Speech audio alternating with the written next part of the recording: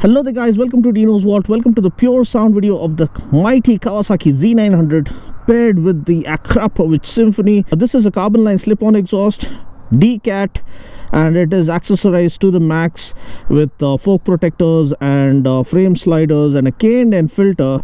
And you also have this aftermarket lever which has a good feel to it. You have a very good quality tank pad. So I've done a first ride review, so you can watch that. This is basically pure sound video, so don't worry, I won't be going at breakneck speeds. This is just to give you a clear idea of sound, pure sound. So we'll be in the lower gears for the predominant part. This is another major inclusion in this new Z900 2020 model. You have a full color TFT console, and you have riding modes, you have traction control. Because it's been raining really badly, I've set the traction control to 3. Power is in full, and you can tweak the power and traction control only in the rider mode. You also have rain, road and sport, where everything is managed automatically.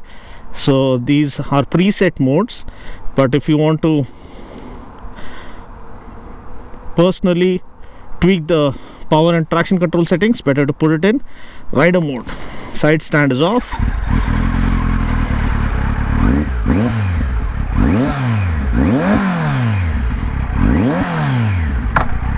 So let's go.